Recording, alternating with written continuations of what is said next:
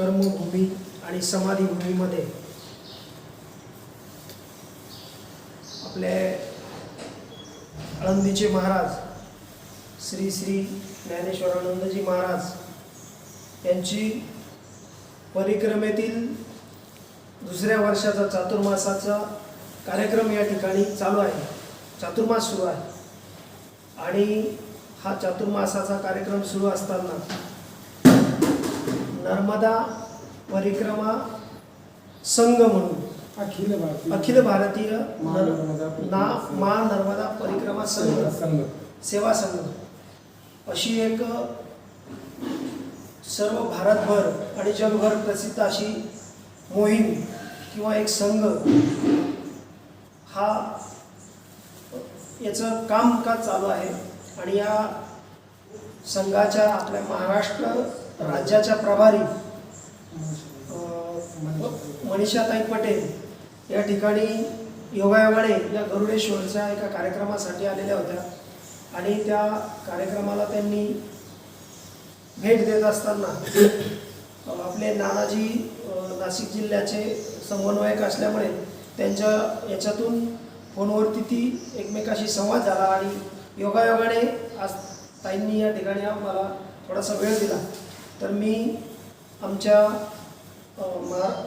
श्री ज्ञानेश्वरानंदजी गिरी माऊली गुरु मोहनगिरीजी महाराज या भक्त परिवाराच्या वतीने आपला एक या ठिकाणी मी माऊलींना छोटेखानी शाल आणि श्रीफळ देऊन आपला सन्मान करावा, गौरव करावा असं मी माऊलींना विनंती करतो.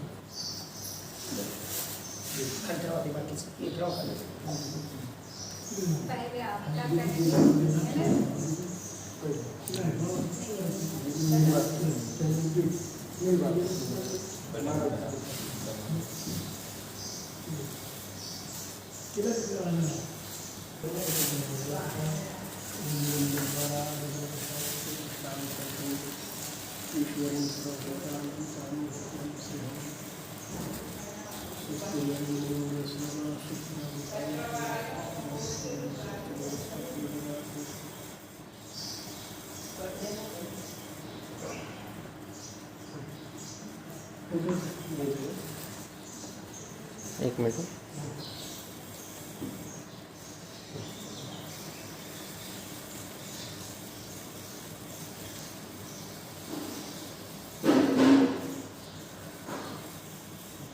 त्यानंतर गरुडेश्वर जिल्ह्याचे समन्वयक संयोजक यांचा सत्कार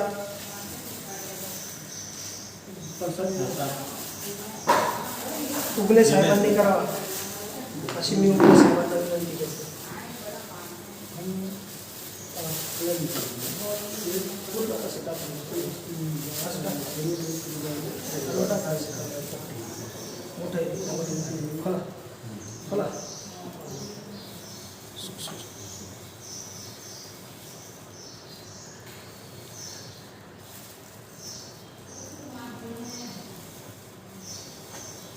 त्यानंतर दिदींचे बंधू यांचा सत्कार प्रमोद साहेबांनी करावा असं मी त्यांना विनंती करतो.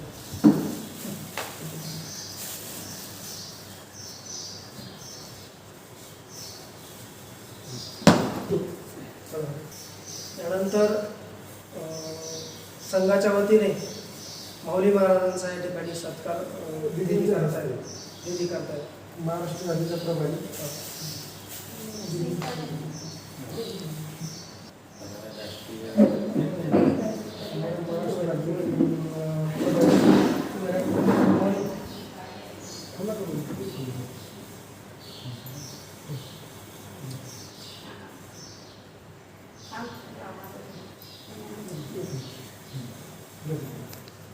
समोर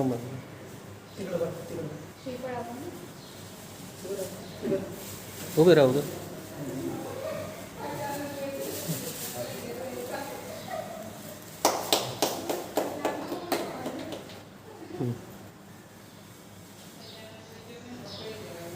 बोलो. नाशिक जिल्हा संयोजक विकास हां हां सत्कार करेल. इकडे या बाजूला.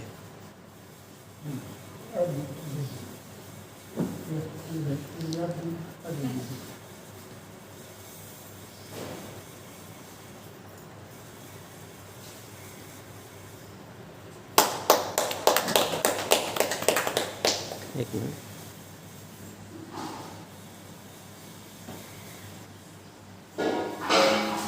हं.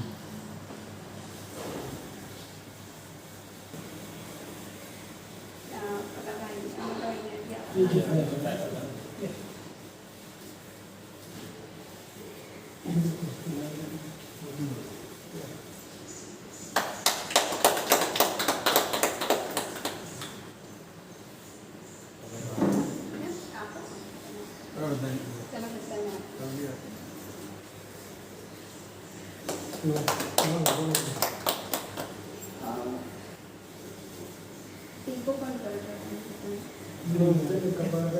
तिलक लगाने का बहुत बड़ा तिलक लगा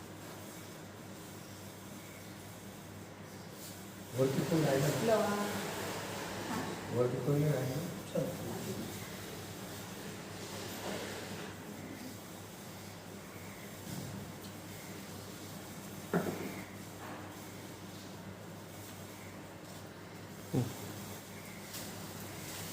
नर्मदे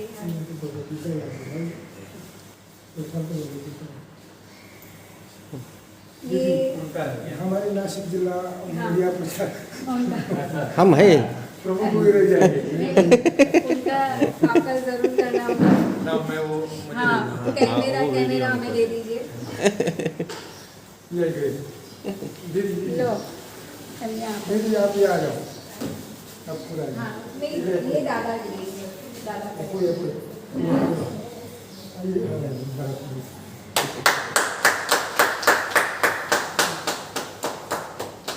नर्मदे हर.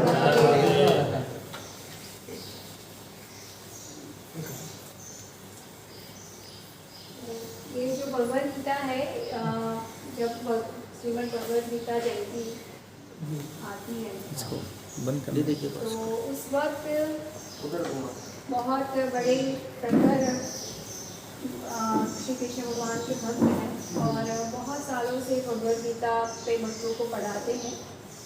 ऐसे गुरु महाराज के आदेश पे मेरे बेटे का तोला दान किया था भगवद गीता से और गौ माता का दान भी किया था. उस दिन ये भगवद गीता सब लिए थे और उसी के प्रसाद में से ये आप सबको अभी प्रसाद के रूप में दिया है तो पढ़ना जरूर है ना.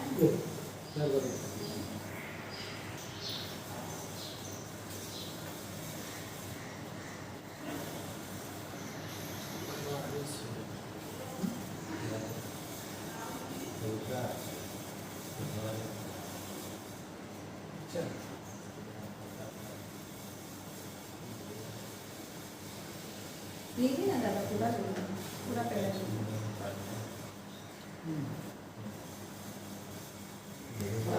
आप भी लीजिए पूरा.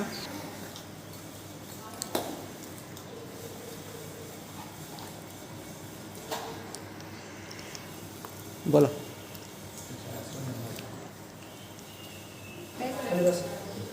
बैठ.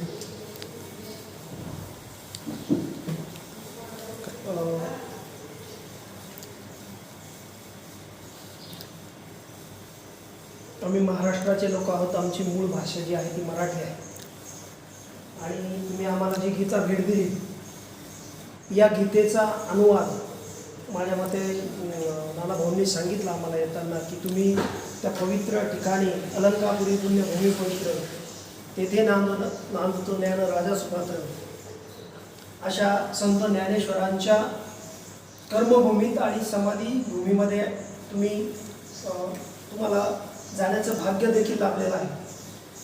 त्या गीतेचा अनुवाद मराठीमध्ये केलेला आहे आणि एक एक ओवीमध्ये आमच्याकडं असं म्हटलं जातं एक तरी ओवी अनुभवावी. म्हणजे या गीतेतला एक जरी सार आपण घेतला तरी आपलं जीवन धन्य होऊ शकतं असं त्या म्हणजे गीतेचा जो अनुवाद मराठीमध्ये संत ज्ञानेश्वरांनी जो केलेला आहे सर्वसामान्य लोकांना गीता ही मूळ संस्कृतमध्ये होती आणि तिचं जास्तीत जास्त लोकांपर्यंत ती कळावी म्हणून प्राकृत मराठीमध्ये निवृत्तीनाथ महाराजांच्या आदेशावरून संत ज्ञानेश्वरांनी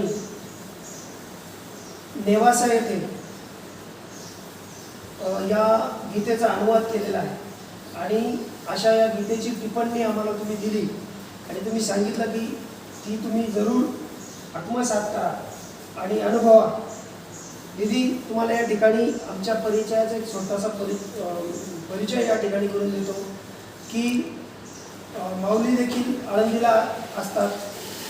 माऊलींचं त्या ठिकाणी आश्रम त्या ठिकाणी आहे आळंदीमध्ये आणि ते जनार्दन स्वामी नावाचे जे संत आहे, संत परंपरेतले, त्यांच्या मौनगिरी परंपरेतले हे एक बालब्रह्मचारी आहे. माऊलींचं जे संत जनार्दन परिवारामध्ये ज्या गोष्टी आहेत त्या पद्धतीने ते अखंड त्या पद्धतीचं जप तप जो काही कार्यभार असेल एक संन्यासाचा परिपूर्ण असा कार्यभार ते या ठिकाणी करतायत आणि त्याचबरोबर त्यांचा हा दुसरा चातुर्मास आहे. पहिला परिक्रमा ज्या वेळेला त्यांची उठली ती मार्कंडेय संन्यासाश्रम ओंकारेश्वर या ठिकाणी 4 महिन्याचा त्यांचा चातुर्मास झाला आणि त्यानंतर ती परिक्रमा सुरू झाली. परिक्रमा सुरू झाल्यानंतर थोडंसं प्राकृतिक त्यांना थोडीशी अडचण झाली. कर्मधर्म संयोगाने अंकलेश्वरमध्ये त्यांचं ऑपरेशन देखील सक्सेसफुल झालं आणि त्यानंतर आज त्यांचा हा चातुर्मासाचा कार्यक्रम आहे. यानंतर परत नोव्हेंबर महिन्यामध्ये 3 दिवसीय कार्यक्रम या ठिकाणी आयोजित केलेला आहे. तर तुम्ही त्या ठिकाणी अगत्यानं सर्व सहकुटुंबीय सहपरिवार यांनी यावं आणि आमच्या त्या कार्यक्रमामध्ये आपण सहभाग नोंदवा. त्या ठिकाणी पूर्ण होम हवन हा विधी होणार आहे. त्यानंतर रुद्रयाग आणि जे काही आमच्या संत परंपरेत जनार्दन स्वामी परंपरेतले जे काही विधिमार्ग आहेत हे संबंध विधिमार्ग या ठिकाणी आपल्याला बघायला मिळतील आणि कशा पद्धतीने या परिवाराचं कार्य चालतं हे तुम्हाला त्या ठिकाणी जरूर बघायला मिळेल. यानंतर मी माऊलींना विनंती करतो की त्यांनी एक आशीर्वादपर आपले या ठिकाणी माऊली दीदींचं स्वागत करावं. मी माऊलींना विनंती करतो. भगवती परंबा चरणी आवाज दीदी माँ और भैया जी नाना जी, महाराष्ट्र से आए हुए सब लोग, भक्त लोग, भगवान आशुतोष गरुड़ेश्वर वेंकटेश्वर महादेव सानिध्य में आप लोगों को सबको नर्मदे हाथ सबको साधुआ तो धन्यवाद. और यहाँ पर जो चातुर्मास का प्रोग्राम चल रहा है इसका समापन जो है 20 नवंबर से और 25 नवंबर में प्रोग्राम है. वहाँ पर आपको सब सबको सम्मिलित होना है और आप कई मया की जो प्रोग्राम है ऐसा समझ के आपको सम्मिलित करना और आप सबको आशीर्वाद.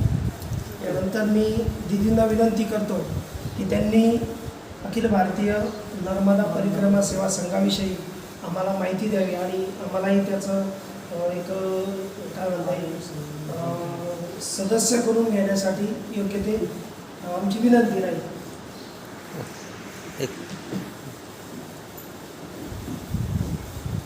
पूज्य ज्ञानेश्वर माऊली महाराज जी को और महाराज जी को और सभी माँ नर्मदा के भक्तों को प्रणाम.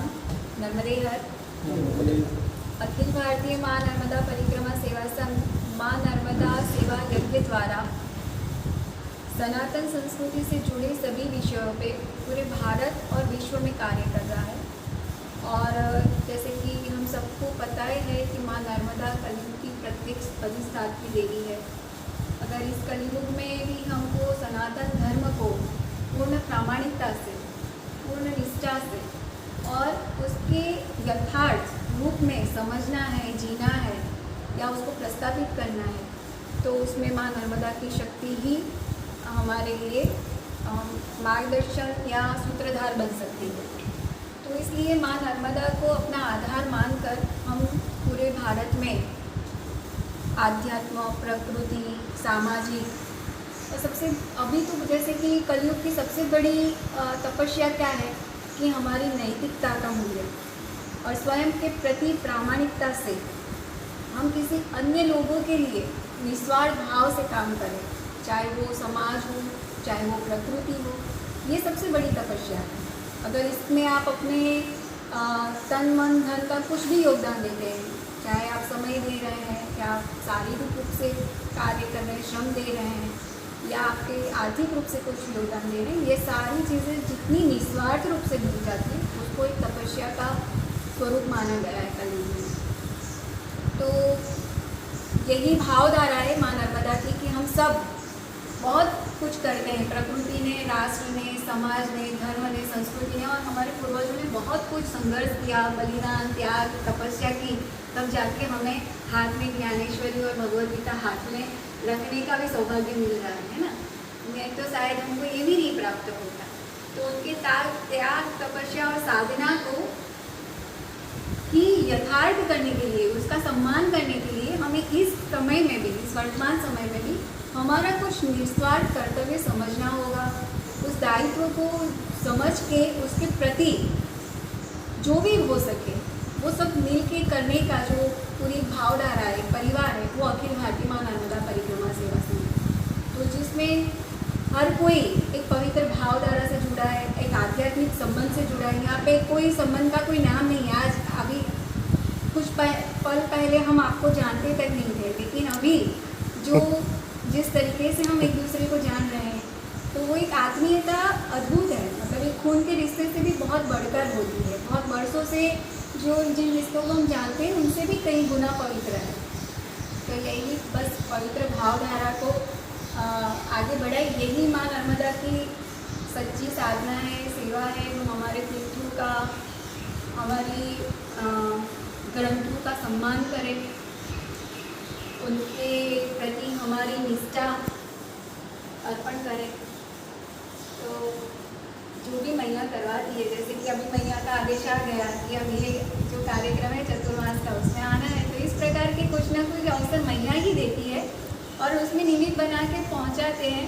तो जो एक बहुत सरल सादा सा भजन है कि करते हैं कन्हैया मेरा नाम हो रहा है, तो ऐसा ही है कि भगवान तो सारा काम करवाते हैं और हम जैसे दीनहीन या पतित जो भी बोले, क्योंकि कलयुग के हैं तो सब तरीके से हम पति दिए तभी कलयुग में आए, तो उनका नाम हो जाता है। तो मैया से हम प्रार्थना करते हैं, ये पूरा हमारा परिवार है, कंचन देव आनंद है, करुणेश्वर जिला संयोजक है, माँ नर्मदा की सेवा में वर्षों से सदाव्रत चला रहे। इन्होंने जब सदाव्रत चालू किया था मावली, तब इनको पता नहीं था कि कैसे चलेगा, बस मैया को सौंप के किया और चल रहा है। किसी से आज भी ऐसा ही चल रहा है। किसी के पास मांगने की जरूरत नहीं, मतलब ऐसे आ ही जाता है। भंडारा हमारा कभी भी कम नहीं हुआ। उठने लगे कोई भी तो खाली मन में आना चाहिए संकोच कि कल फूटेगा, तो शाम तक 4-5 घंटे में वो कुछ न कुछ दे जाएगा। हाँ, मांगने वाले को हम बोलते नहीं हैं। चलो मनीषा बहन ने बोल दिया क्या चाहिए, तो मैंने किया वो सब चाहिए। जो तुमको इच्छा है वो दे के जाओ। बाकी ऐसा नहीं कि भाई ये लाओ वो लाओ, नहीं, मैया चलाती रहती है। और ऐसे ही 5 साल 2019 से चल रहा है अभी तक। तो मैया की बहुत असीम कृपा है। मेरा ये सदाव्रत चल रहा है ऐसा नहीं, पूरे परिक्रमा मार्ग में जो भी 5000 10,000 जो आश्रम चल रहे हैं वो ऐसे ही चल रहे हैं। ये भी आश्रम भी ऐसे ही चलता है। जो बलवारी सेठ का है, बड़ा सेठ है, उन्होंने भी टाइल्स का बिजनेस था इसका। फिर धीरे धीरे करके पहले से वो गायत्री पीठ में बहुत सेवा दी मथुरा से। फिर उनका जीवन अभी पति पत्नी 12 घंटे इधर ही रहते, तो क्या नर्मदा परिक्रमा मार्ग में जो भी और मैया की कृपा ही असीम रहती है, उनको शक्ति मिल जाती है, तो मैया का पावर चला।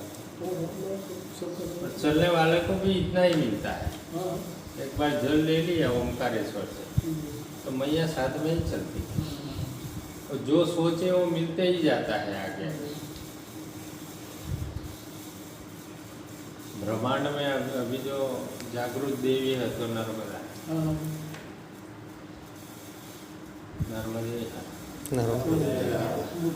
नहीं हो गया, अभी एक सुदाम नाना जी बताएंगे। हाँ नहीं आप हमारा जो ये जो जनार्दन स्वामी परिवार का जो कार्य चल रहा है, ये जो है एक थ्योरी के माफक चल रहा है। इसका एक थ्योरी है, इसका एक सिस्टम है। इसके अंदर हर एक बच्चे को एक शिक्षा दी जाती है, आध्यात्मिक शिक्षा दी जाती है। उसको सुबह जल्दी उठने का एक ये रहता है, उसका विधि मार्ग रहता है, वो विधि मार्ग करते हैं, जो कि हमारे महाराज जी रोज हर दिन प्रतिदिन बिना खंड किए हर दिन वो लगातार चीज करते आ रहे हैं।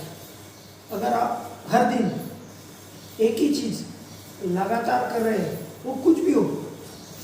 मैंने एक बीच में एक ऐसा देखा था कि अगर आप अगर 1 रुपया भी संकलन करते हैं, यानी कि बहुत बड़ा नहीं संकलन चाहिए, 1 रुपया भी करना आप सेविंग कर रहे हैं, लेकिन वो हर दिन करनी चाहिए। अगर आप हर दिन वो सेविंग करते हैं तो वो जो 1 रुपया है वो कल जाके करोड़ों रुपए बन सकता है। लेकिन उसके लिए क्या है, थ्योरी की जो भी कार्य है वो प्रतिदिन होना चाहिए।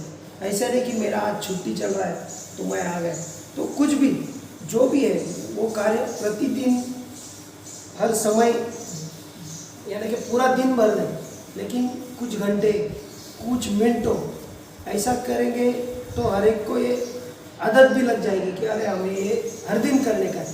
ऐसा नहीं कि आज छोड़ दिया, आज नहीं कल करेंगे।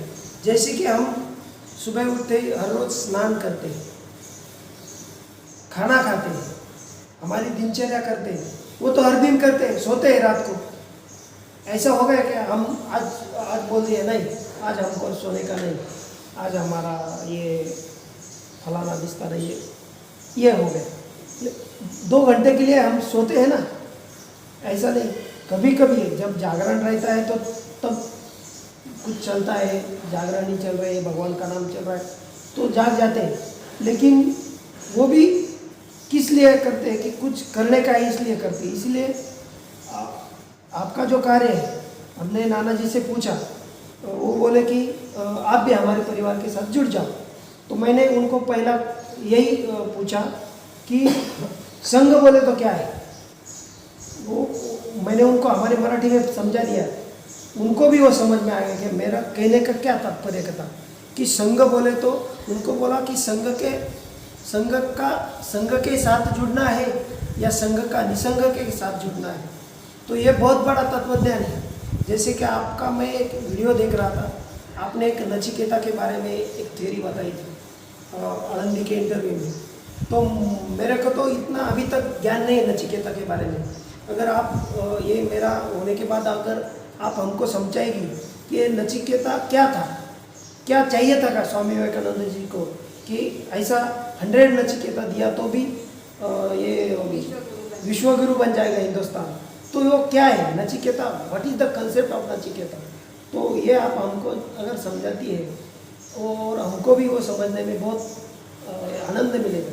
और हमारी विनती है कि आप हमको वो पहले चीज़ बताओ। हमको तो शुरू में ही हमने नाना जी को बोल दिया कि हम वकील आदमी है, हम पहले बात से ही आदमी को पहचान जाते हैं। तो मैंने गाड़ी में बोल दिया, हम रुकने वाले नहीं थे दीदी सचिन, आज हम चले जाने वाले थे। लेकिन आपका स्पीच हमने गाड़ी में आते समय सुन लिया। आप बोल रहे थे उनके साथ जो भी आपका संघ का कार्य था वो उनका। तो एक जो बोली भाषा है, वो बोली में जो लगाव है, जो एक प्रेम भाव है, स्नेह भाव है, वो सब दिखाई दे रहा था। और मैंने नाना जी को बोल दिया कि अगर हमको रुकना रुकना पड़े तो भी रुकेंगे, लेकिन हम दीदी से एक परिचय करके जाएंगे। और मैं नाना जी का धन्यवाद देना चाहता हूँ कि उन्होंने हमको इतने बड़े हस्ती का, आज हम तो कुछ भी नहीं, हम तो पारिवारिक लोग हैं, सब परिवार से जुड़े हुए। ओले साहब है, इनका खुद का बिल्डिंग मटेरियल, जैसे बोल रहे थे, बिल्डिंग मटेरियल का दुकान है। ये कमोद साहब है, इनका नासिक सिटी में जो बुके वगैरह देते वो फ्लावर डेकोरेशन का सब वो मंगल समय में वो कार्य करते हैं। और धार्मिक कार्यों में भी उनको बहुत सारी रुचि है। यह हमारे राजा भाऊ है, हमारे बहुत बड़े शिव भक्त हैं। इनके घर के सामने बहुत बड़ा नहीं, एक छोटा सा शिव मंदिर है, लेकिन वो प्रतिदिन हर दिन अगर चाहे बारिश हो या धूप हो, कुछ भी हो, वो उधर शिव जी का जो भी जल चढ़ाना है, जो भी कार्य है, वो प्रतिदिन करते हैं। ऐसा नहीं कि एक दिन छोड़ दिया। अगर कहीं वो नहीं है, उधर उस ठिकान पे नहीं है, तो वो नहीं करते, लेकिन उनके बच्चे हैं, उनका परिवार वहाँ पे, क्योंकि उनके घर के सामने वो मंदिर है, छोटा सा है, लेकिन वो प्रतिदिन करते हैं। तो हमको आपसे यही बात समझ लेने की है कि मैं फिर से दोहराता हूँ, जो संघ है वो संघ के साथ चलने वाला है, या संघ का निसंग के साथ चलना है। ये बात अगर आपने हमको समझा दी तो हम जरूर जो भी आपके मन में इसके बारे में चल रहा है, जो भी करने का है कार्य, जो भी हमारे, जैसे कि हम पुराणों में पढ़ा है कि जब वो राम सेतु बना रहे थे, राम जी को लंका की तरफ जाने का था, तो हर एक पत्थर पे नाम डाल के उधर समंदर में डाल रहे थे, वो तैर रहा था, लेकिन भगवान ने खुद ने डाल दिया, लेकिन भगवान का डूब गया। और वो आपल्याकडे खारुताई म्हणता, इधर क्या बोलते मेरे को मालूम नहीं, वो खारुताई भी एक पत्थर डालती है तो उसका भी तैर जाता है। तो वो भी ऐसा, अगर हमको आपका संघ का कार्य तो बहुत बड़ा है, लेकिन हम जब आप उधर आते हैं, नहीं तो हम इधर, अब तो ये चातुर्मास में आएंगे, जब भी आएंगे तो हमको जो भी आप बोले कि जो दे सकते, अगर शारीरिक दे सकते तो शारीरिक, मन से, तन मन धन से जो भी दे सकते तो हम जरूर दे, आपके परिवार के साथ जोड़ने के लिए तैयार है। लेकिन हमें पहले आप तो नचिकेता का कंसेप्ट समझाओ, उसके बाद ये संघ और निसंग जो बात मैं दोहराऊँ, इसमें बहुत बड़ा तत्वज्ञान है। अगर ये निसंग है तो कैसा निसंग है, और संघ है, संघ से जुड़ने वाला संघ है, तो फिर वो हर तरफ संघ है। कई जातियों का संघ है, कई समाज का संघ है, कई धर्मों का संघ है, वो तो हर तरफ है, लेकिन हमारा संघ उससे कैसे अलग है, ये बात। सहज सरल तरीके के जीवन के, आप सोचो पहले क्या था कि गांव में अगर आपके घर में कोई खुशी है तो आपके बाजू के घर में भी मिठाई बनेगी, वहाँ पे भी मिठाई बनेगी, वहाँ पे भी हलवा बनेगा, और सब एक दूसरे को बांटेंगे, जैसे कि पूरा एक परिवार। अब परिवार का भाव 5 जन के या 4 जन के सीमित रहेगा। उसमें भी बहुत ऐसा कि माता पिता कुछ अलग कार्य कर रहे हैं, बच्चे कुछ अलग, मतलब एक परिवार का जो भाव है वो भी बहुत छोटा छोटा संकीर्ण होता जा रहा है, मतलब कहने का मतलब। और भावधारा जो है वो बहुत विस्तृत है, सूक्ष्म है, निस्वार्थ है, और उसमें सरल सहज, आप जैसे हैं वैसे आपका स्वीकार है, आप जैसे जो करना चाहेंगे वो कर सकते हैं। और वहाँ पे एक अलग प्रकार की नैतिकता है जिसको हम प्रामाणिकता बोलते हैं। एक्चुअल में ये आपने जो तत्वज्ञान की बात बोला ना, वो ऐसा ही बात है, लेकिन इतनी सूक्ष्म सूक्ष्म चीज़ें हैं एक दूसरे से जुड़ी हुई कि एक को समझेंगे तभी दूसरी समझ में आएगी। तो अखिल भारतीय माँ नर्मदा परिक्रमा सेवा संघ सब मिलाकर वो है कि जैसे आपने बोला कि अध्यात्म सिखाया नहीं जाता, वो हम कुछ करते करते अपने आप में हमारी वो, जैसे कि अगर मेरे में कोई मेरे स्वभाव की कुछ कमी है तो काम करते करते मुझे समझ में आएगा कि अरे मेरे को काम तो कर रही हूँ लेकिन मेरा अहम बहुत है, ये मुझे अब दिखेगा। फिर मुझे ये भी दिखेगा कि से कर रहे हैं मैया का काम, मैया मैया कर रहे हैं, लेकिन वो क्या कर रहा है उसमें मुझे ज़्यादा दिलचस्पी है, वो क्या कर रहे हैं उसमें ज़्यादा दिलचस्पी। तो ये सारी चीज़ें यहाँ पे दिखेगी आपको। आप जो भी कर रहे हैं ना, इसमें आपका चित्र दिखेगा कि आप क्या कर रहे हैं। हम किसी और को दिखाने के लिए, किसी और के लिए नहीं, लेकिन आप स्वयं क्या है। जैसे जैसे आप कुछ भी करते जाएंगे, इस पद पे जैसे जैसे आगे बढ़ते जाएंगे, आपको आपका चित्र बहुत स्पष्ट रूप से दिखेगा कि एक आत्मा के रूप में आप कितने चैतन्यमय हो रहे हैं, या मतलब आपकी चेतना कितनी ईश्वर की तरफ जा रही है। ये पद है। तो ये इस काम में ये बहुत कुछ सीखने को मिल रहा है कि सम्मान भी मिला है तो उसकी यहाँ पे नहीं चढ़ना चाहिए, आपको अपमान भी मिला तो यहाँ पे लगना नहीं चाहिए, है ना। आपको किसी ने निंदा की तो भी आपके मुख से उसके प्रति कोई द्वेष की वाणी नहीं निकलनी चाहिए। ये सारी बातें यहाँ पे सीखने को मिलती है। सीखने से ज़्यादा जीने को का अवसर मिलता है, क्योंकि सीखने के लिए तो शायद हमको जैसे कि महाराज जी आप शायद उपदेश से भी हमको सिखा सकते हैं, लेकिन हम जिएंगे कब, है ना, जब उसको कर्तव्य में करने के लिए जाएंगे तब। तो ये संगठन में यही है, अपने आप को जीना है, आध्यात्मिक रूप से तैयार करना है। तो इस प्रकार की भावधारा से जुड़ के स्वयं की जो ईश्वर की तरफ की हमारी यात्रा है उसका पथ हमें ही तैयार करना है। ये पूरा ये बात हो रही नचिकेता की। तो नचिकेता के विषय में कुछ थोड़ा सा भी जानते हैं क्या? थोड़ा सा नहीं, वो तो उद्दलक नाम के ऋषि थे, उनके वो बेटे थे, और वो ऋषि मुनि ने क्या किया था कि अपनी सारी चीज़ें दान दे दी थी। तो अपने पुत्र को भी दिया था। वो बोले मुझे किसको दान, तो उनके पिताजी ने बोल दिया कि मैंने आपको यम को दान दिया। अपनी बालक 5 साल का था नचिकेता। अब उसका 5 साल का मतलब ये हमारे जो चरित्र है ये सच में हुआ भी है। और इन सब चरित्रों में से क्या देखना है, 5 साल का बच्चा मतलब बहुत निर्दोष होता है, सरलता होती है, सहजता होती है। तो जब हम किसी भी संगठन से जुड़े या किसी भी कार्य से जुड़े तो हमारा सरल सहज निश्चल होना बहुत ज़रूरी है। सबसे पहली बात ये होना हमारे अंदर बहुत ज़रूरी है। फिर उसको पिताजी ने बोला कि यम को दान दे दिया है, तो वो तो पहुंच गए, भाई मुझे दान दिया गया है यमराज को, तो यम के पास ही जाना पड़ेगा मेरा यहाँ। तो ये निस्पृहता भी होनी चाहिए कि ये सब कुछ छोड़ के जहाँ मुझे दिया गया है वहाँ जाना है, मेरा कर्तव्य वहाँ का है। तो ये भी हमारे पास हमको ये समझ में होना चाहिए। वहाँ पहुँचते हैं वो 5 साल का नन्हा सा बालक यमलोक पहुँचता है, तो ऐसे ही तो पहुँचा नहीं होगा, है ना। कुछ उसने तपस्या की होगी, कुछ प्रयास किया होगा, तब जाके वो यमलोक पहुँचे। यमलोक पहुँच के यमराज से कुछ उत्सुकता थी उनको पूछने की, तो वो अपने प्रश्न के जवाब उत्तर के लिए उस वक्त यमराज भ्रमण में थे, तो यमद्वार पे 3 दिन तक प्रतीक्षा करते थे। तो छोटे से बालक की इतनी धीरज, निष्ठा, उसकी कर्तव्य परायणता, उसको जो अपना दायित्व बोध था, ये सब देख के यमराज जी उनके ऊपर बहुत प्रसन्न हुए और उनको वरदान मांगने के लिए बोला। तो उनको वरदान में तो मतलब नचिकेता मतलब ज्ञान और त्याग, ये दोनों की जो समन्वय है, उसकी जो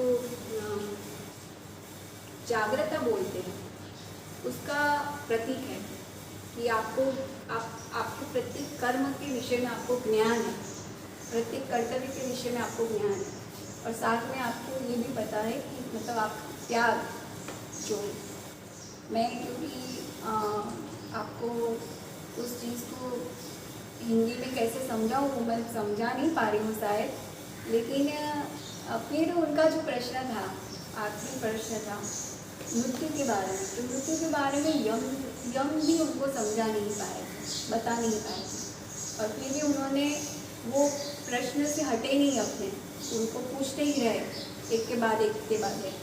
तो फिर उनको यमराज ने सारा ज्ञान प्रदान किया। तो 5 साल की उम्र में उनको पूरा आत्मज्ञान मिल गया। आना चाहिए क्योंकि समाज हमारे द्वारा निर्मित है, अगर हम हमारे ग्रंथ पढ़ेंगे ना, तो ग्रंथों में बहुत सारी ऐसी कहानियाँ मिलेंगी जिसमें हमने अभी जो समाज के नियम बनाए ना, उससे कुछ अलग ही विपरीत कहानियाँ मिलेगी। तो समाज का मतलब यही होता है, समाज का मतलब फिर से वही है कि आप जो भी कार्य कर रहे हैं आपका नैतिक कर्तव्य समझ के करिए, निस्वार्थ रूप से कीजिए, और उसमें आपका अगर सच में अच्छा सच्चा भाव है ना, तो मतलब ऐसा है।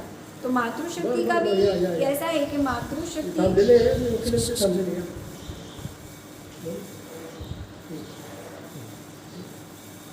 के विषय में समाज की जो धारणाएं हैं वो एक तो हमारे, अगर हम हमारी संस्कृति के महत्व को समझ जाएंगे ना, तो मातृशक्ति का सम्मान करेंगे। और जब मातृशक्ति के सम्मान की बात आती है ना, तो मातृशक्ति की शक्ति और हर शक्ति की मर्यादा, ये सारी चीज़ें सब में सबके लिए है, सिर्फ मातृशक्ति के लिए नहीं है, भातृशक्ति के भी लिए भी है। और जो माताएं हैं वो अपना घर परिवार संभालते हुए भी, आज जैसे कि मैं हूँ तो अपना परिवार भी है, ऑफिस का कार्य भी है, वो भी कर रहे हैं और सेवा भी कर रहे हैं। लेकिन उसका पहले क्या था कि हम ऑफिस में 5-6 घंटा दो, घर का सुबह कार्य करो, मतलब एक समय का मैनेजमेंट पूरा करना पड़ता है। और हफ्ते में एक आध दिन ऐसा मिलता था मुश्किल से कि चलो ये सेवा के लिए जाए, या इस कार्य के लिए जाए, या ये प्रवचन सुनने के लिए जाए, लेकिन वो करना पड़ेगा। जैसे आपने बताया, एक बहुत समय से लगातार कुछ न कुछ सेवा कार्य, कुछ न कुछ आध्यात्मिक कार्य से जुड़े रहे, तब जाके ईश्वर स्वयं ऐसी नियति बनाते हैं कि आज मेरे पास ऐसा है कि मैं सेवा को प्रमुखता दे सकती हूँ, या आध्यात्मिकता को प्रमुखता दे पा रही हूँ, क्योंकि उन्होंने पूरी मेरी ऐसी रचना बना दी है। लेकिन उसके लिए पहले बहुत सालों का कुछ संघर्ष रहता है, कार्य रहता है, एक अभ्यास रहता है, तो वो करना ही पड़ता है। और मातृशक्ति में भी आना चाहिए। मातृशक्ति चाहे तो बहुत कुछ कर सकती है, क्योंकि ईश्वर ने पहले से ही इतनी सारी शक्ति दी है कि एक साथ 10 कार्य कोई कर सकता है, तो मातृशक्ति कर सकती है। तो ये बिल्कुल भी असंभव नहीं है।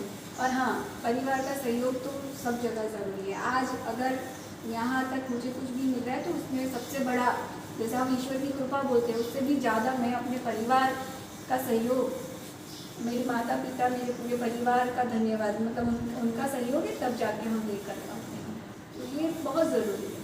तो और जिसके साथ पूरा जिसका परिवार रहता है ना, वो शक्ति भी बहुत प्रचंड है। वो अगर आपके साथ आपका पूरा परिवार है ना, तो आप कुछ भी अच्छे से कर सकते हैं। ऐसा ही मातृशक्ती को भी आप सब लोग साथ देंगे, मतलब आपके आमच्याकडे मराठीत म्हण आहे, तुम्हाला इतरांना हरवणं खूप सोपं आहे, पण घरच्यांना हरवणं, हाँ, घरच्यांना म्हणजे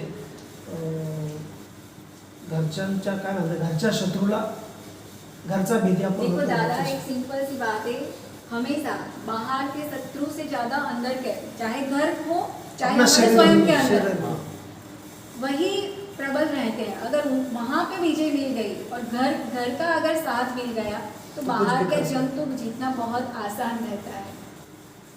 घर का विधि ना होना चाहिए। तो अभी हमारे राष्ट्र की भी हम बात करें, तो राष्ट्र में जो हमारे राष्ट्र के प्रति हमारा कर्तव्य, उसमें यही है कि हमारे दूसरे, चाहे हमारे कुछ भी मतभेद हो, लेकिन जब राष्ट्र हित की बात होती है तब हमारे सबके मत एक ही होने चाहिए, और सबका मत एक ही होना चाहिए, और वो एकत्व की भावना होनी चाहिए। हम किसी संप्रदाय में, किसी इसमें ना बट के सारे सनातनी एक होने चाहिए। ये सारी अलग अलग भावधारा है तो एक ही, मतलब एक वृक्ष की अलग अलग टहनियाँ निकल जाने से वो अलग तो नहीं हो जाते, वृक्ष तो एक ही कहलाता है, उसकी जड़ें भी एक ही है, तो उस जड़ से जुड़ना है हमको, और सनातन की जड़ों से जुड़े रहेंगे तो ही हमारी शक्ति है। बाकी ऐसे बटे रहे तो, और अपराधी वो नहीं होंगे, हम होंगे, क्योंकि हम कभी एक नहीं हुए, वो हमारा दोष रहेगा। तो एक होना जरूर है। तो हमारे जो वैभवशाली हमारा जो इतिहास रहा है, हमारे ऋषियों की जो परंपरा है, उसी हिसाब से क्यों हम हमारी जीवन धारा नहीं बना सकते हैं। नाना मोठ्यांचा आहे ना, वेळ घ्या. चलता है ना ऐसा, तो उस प्रकार की चीज़ें जो से जो जलाएंगे हम, करेंगे वैसा भी करेंगे. एक असा माईक पण ठेवू का जो त्यांना खाली प्रश्न विचारलेला, त्यांच्याशी बोलतील काय बा कसं जोडलं पाहिजे, कशा पद्धतीने. समजा काहींना वाटलं तुम्ही प्रपंच सांभाळून हे कशी काय हे केलं किंवा नोकरी सांभाळून हे कसं काय केलं, एखाद्याला जास्त समस्या राहते ते विचारतील. और सबसे महिलाओं के लिए सबसे मुश्किल क्या होता है पता है, ये तो परिवार का साथ रहता है ना तो ये कर लेते हैं, लेकिन जब महिलाओं को दूसरे चैलेंजेस आते हैं जैसे मैंने बताया, उस सब चीज़ों में मातृशक्ति का अड़िग रह के कार्य करना, क्योंकि वो अड़िग रह के कब काम कर सकते हैं जब हम स्वयं अपने सत्यनिष्ठ हैं. तो ये बहुत छोटी छोटी बातें हैं, लेकिन अगर आपके पक्ष में है ना तो आप कुछ भी कार्य कभी भी देखो. ये उत्तरवाहिनी परिक्रमा में इन्होंने पूरा कार्य देखा है. जब यहाँ पे बैनर्स लग रहे थे, सब कार्य कर हो रहा था ना, तो रात को 3 बजे 1:30 बजे आपड़ा पेला तिलकवाड़ा पेला कौन एक्सपायर થઈ ગયા હમણાં, फिर न्यूज़ आई, मतलब 1:30 बजे मैं घर को जाने को निकली हूँ अकेले. तो वो और मेरा 22-23 घंटा मतलब 40 किलोमीटर तो मेरा चलना हुआ था पूरा, क्योंकि 11 किलोमीटर का पूरा उत्तर तट है. कम से कम मैं 3 बार इधर से उधर गई हूँ पूरे दिन में, और 2 बार जैसे कि खराब हो गया, उसका टायर पंचर हो गया, वो करा. मतलब चैलेंजेस बहुत, ईश्वर परीक्षा बहुत लेता है, लेकिन उसमें से वही पार लगाते, हमको कुछ नहीं करना पड़ता. तो ये जो नचिकेता है ना, नचिकेता का दृढ़ता वही थी, वो दृढ़ रहा, पहुंचाया भी ईश्वर ने हम लोग तक उसको जिंदा, और यम से प्रश्न पूछने की शक्ति नहीं. आप सोचो मतलब ये इस तरीके से भी है कि यम से प्रश्न पूछने की क्या हमारी शक्ति है. यम का नाम सुन के हमको डर लग जाता है. तो बहुत सारी ये पूरी नचिकेता की जो चरित्र है उसमें बहुत छोटी छोटी सूक्ष्मताएं समझने की. क्या है कि आप मराठी में एक्सप्लेनेशन अच्छे से दे, अभिव्यक्त अच्छे से कर पाते हैं. वैसा मेरी मूल भाषा गुजराती है, तो गुजराती में कम शब्दों में और अच्छे से मैं समझा पाती हूँ. हिंदी में समझाने में मुझे सोचना पड़ता है कि क्या ट्रांसलेशन का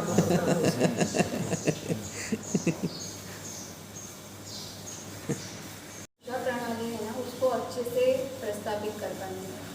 एक मातृशक्ति के द्वारा बहुत सारी चीज़ें फिर से वही, क्योंकि घर से शुरुआत होगी. मातृशक्ति का साथ सहकार रहेगा तो आप लोग दादा लोग कुछ सेवा कार्य अच्छे से कर पाएंगे. फिर धीरे धीरे मातृशक्ति इन्वॉल्व होगी, बच्चों पे प्रभाव आएगा, बच्चों का भी बहुत सारी शिक्षा अपने आप होने लगेगी.